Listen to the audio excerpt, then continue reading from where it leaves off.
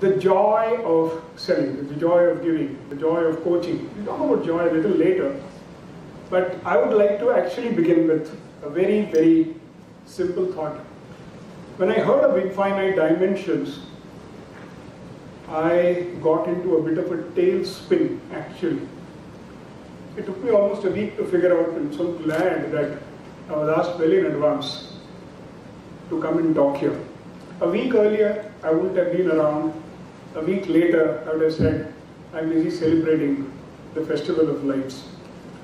But to talk about the joy of selling requires me actually to talk about something which may not always be joyful. And I would like to begin with a story.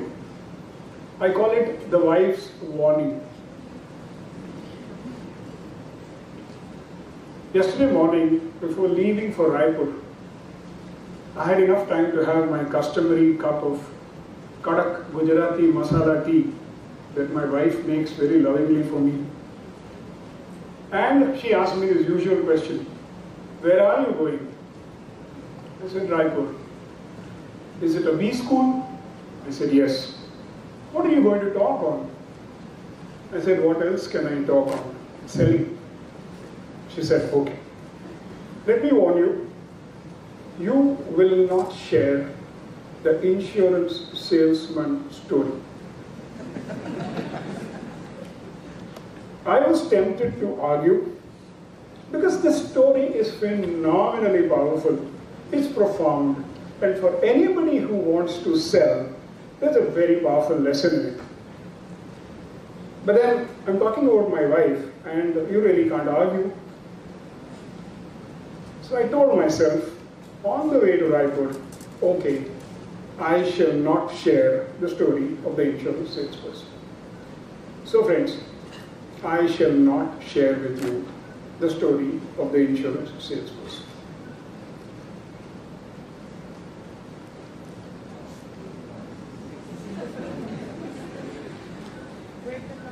Absolutely, that's it. One of the lessons that I've learned in life, which I want to share with all of you, is when you want to sell, don't sell. Otherwise, you're going to be seeing, a friend of mine says, Ranga, this world is full of people who go around like Hrithik Roshan, pushing the product. Why don't we have someone like Shah Rukh welcoming the customer? So that when the customer says, God knows what kind of days there are, the future looks bleak, kal ho na ho. And the salesman says, main hu na. And the customer says, chalo, koi mil gaya. And then he puts his arm around the salesperson's shoulder and says, tum to mere apne ho. One of my favorite, all-time favorite movies from the 70s. And that's when we people began our career. Very, very different times from today. So I must share this insurance salesman story with you. We'll talk about dreams later. I always talk about dreams. I talk about dreams every day. I can't help it. That is the English meaning of my wife's name. So she feels very happy that I talk about her all day. Little does she know that I am talking about dreams. Okay, the insurance salesman. A nervous, scared, absolutely bedraggled insurance salesman walked into the office of a dynamic, celebrated, very, very successful marketing manager. He stumbled in, he somehow managed to get an appointment on the telephone. How he did it, God knows. He walked in, sat down, and very nervously began talking to the marketing chief and said, sir, would you like to buy an insurance policy? It's good for you. It'll do you a world of good. You know, when you die, your wife will become rich. What I'm trying to say is, the celebrated, dynamic, successful marketing chief thumped his fist on the table and said, is this the way you've been taught to sell? Pathetic. This is no way you can sell insurance. Insurance is the only certainty in an uncertain world. Insurance is the only thing that actually happens. A lot of things don't happen. Let me encourage you. Let me give you a kickstart to your career. let me write out a small policy for you. What's the smallest premium? The insurance salesman pulled out some data, gave it to him and said, so this is the premium. The marketing chief signed on the check and told the guy, remember my words, never forget them. Sell with confidence. Sell with elan, sell with flair, sell with style. You're selling a product that does the world a lot of good. The insurance salesman got up, put the papers into the folder, put the folder into the bag, tied up the folder, tied up the bag, and got up and said, sir, thank you very much for your advice. I normally do what exactly you asked me to do, but with you, this was the only strategy that would work. In other words, different strokes for different folks. Every customer is different.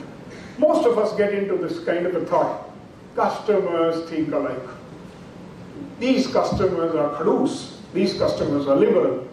No two people are the same. Each person comes with his own set of problems, with his own fears, with his own worries in life. So therefore, it's a good idea to listen, to understand. Arvind was talking about so many different people from so many different walks of life.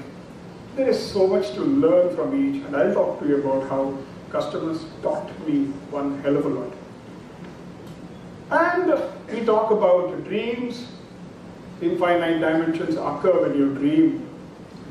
Like every young student, I also began with dreams.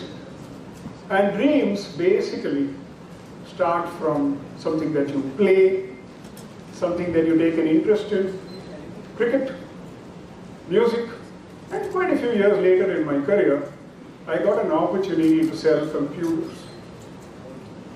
I'm talking about an era, today you have many computers in a room, and I was selling in an era when there were many rooms inside a computer, mini computers, and they say it took a long time to finalize those deals. And I came from a culture, from a different product company, where the motto was, an order a day keeps the boss away. And so, I learned that you need to be patient. But first of all, talking about cricket, there are only two movements a batsman actually makes. He goes forward and he goes back. That's it. But a slight slant of the bat, a slight delicacy to the touch, playing the ball a little early, playing the ball a little late, and using the grip on the handle a little tighter or a little loose, and you unleash a wide array of strokes. Countless. And if you start looking at some of the new strokes that have been developed, like the Dill scoop, or that wonderful agricultural stroke that the Nawab of Najafgarh would be proud of, you have so many different limitless shots born basically out of two movements. Music, Sare Gama Padani, or Do Re Mi Fa Sol La Ti. And you have a wide range of music that's got created only by permutations and combinations, and a little touch of maybe that komal or that tivra touch to the notes. And so you have Beethoven and Mozart on one hand, the legendary, my favorite, Muhammad Rafi Sahab on the other hand, and you also have someone who can peddle 4 bottles of vodka. You have such a wide range of music possible only because of 7 notes. And when it comes to computers, that takes the cake. And the big bite and the small bite. 2 elements, 1 and 0, and here we have the World Wide Web. I believe this program is being streamed live, thanks to the World Wide Web, thanks to 1 and 0, and funnily, one of the elements is a 0. So you out of a 0, look at what you've gone and created. Infinite dimensions occur everywhere, and it happened in my case as well. All that I think you need is just maybe one dream, one thought, one cause, one reason, one factor that makes you reach out and unleash an array of different things to offer to your customers. As you can see from this picture, studying in an elite college in Delhi University, which has been famous for mass production of bureaucrats and corporate honchos, I was more keen on riding a bike. I was keen on riding a bullet, an Enfield bullet, and there was nothing else. People said, no, we're talking about what do you want to do for a living? I said, I want to ride a bike. He said, "ये दिल्ली है, this is not Goa where you ride a bike and earn money, ferrying people from Mapsa to Margam, or Dabolim to Porvorim, or Kandolim, or Bicholim." I said, "I want to ride a bike." People look for a job that comes with a bike. I was looking for a bike that came with a job. And sure enough, I got it. They say, no, destiny makes things happen. Destiny brought about a newspaper advertisement from a company that used to never advertise, and a presto sign board outside a hotel which said, "Earn more than our managing director and get bike free." The first half didn't really fascinate me. It still doesn't. Money isn't everything. Small tip for all of you. But the second half, it said, "Get a motorcycle free and see the world." I walked inside and walked out with an offer. Trainee sales rep to be posted in Rajasthan and travel the interiors of the state selling products. The rest, as they say, probably was motorcycling history or sales history or the commencement of many, many lessons. Lesson number 1. I was busy enjoying the ride. I don't know how many customers I met. I don't know how many weighing scales or computers or electric fans or sewing machines or air conditioners or packaging tape or ceramic tiles or computer education that I sold. Incidentally, I sold all these products on paper. Never mind the terrain, the weather, or the weathers, whether the guy is going to buy or not. Icy cold winds in winter, the fiery heat of Rajasthan, torrential rains. Yes, it rains in Rajasthan, it does. And you can get stuck in the floods. There are times when you make friends with the most unlikeliest of people, and someone very good-naturedly tells you, "ये St. Stephen's वाली अंग्रेजी यहाँ नहीं चलेगी बेटा, ये राजस्थान है, हिंदी में बात करना." And traveling to help. I don't think I ever traveled to sell, but which I very proudly and happily tell people. 250,000 kilometers of absolute fun and solving customers' problems. From Halwais to the royal family to the cup that cheers, walking into a sweet shop 35 years after having sold the product and recognizing the very weighing machine that you sold to the signature sweet shop in Jaipur, and the owner of the sweet shop telling you, "आपके इस कांटे ने मेरे मिठाई की दुकान को hotel बना दिया." Or the tea seller in Bhilwara in Rajasthan who says, "Major Saab," and he recognized me after 34 years, and he says, "Ab aap colonel ho gaye ho. Your weighing scale still helps me make great blends." These are far, far better than the increments and promotions that you can get. Lesson number 2, learn joyfully. People are going to throw you out. People are going to say yes, you'll get business. People are going to say no, they're going to teach you a lesson. In my book, Discovering the Joy of Selling, I've offered thanks to all of them, saying the ones who didn't buy gave me fantastic lessons. And the lessons remain etched.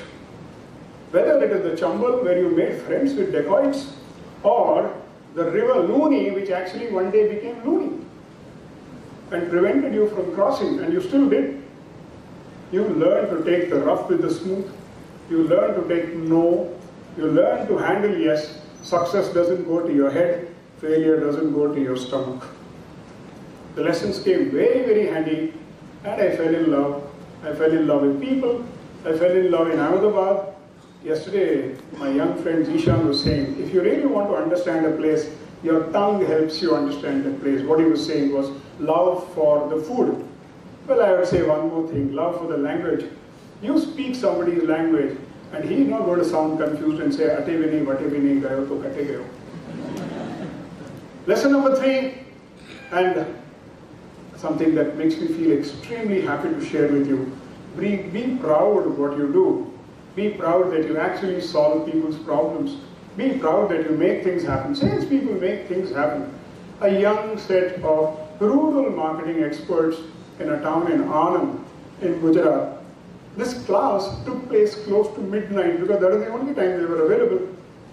They didn't let me sleep, and they stayed awake and were sharing lots of interesting stories. Lesson number 4, never fear the board.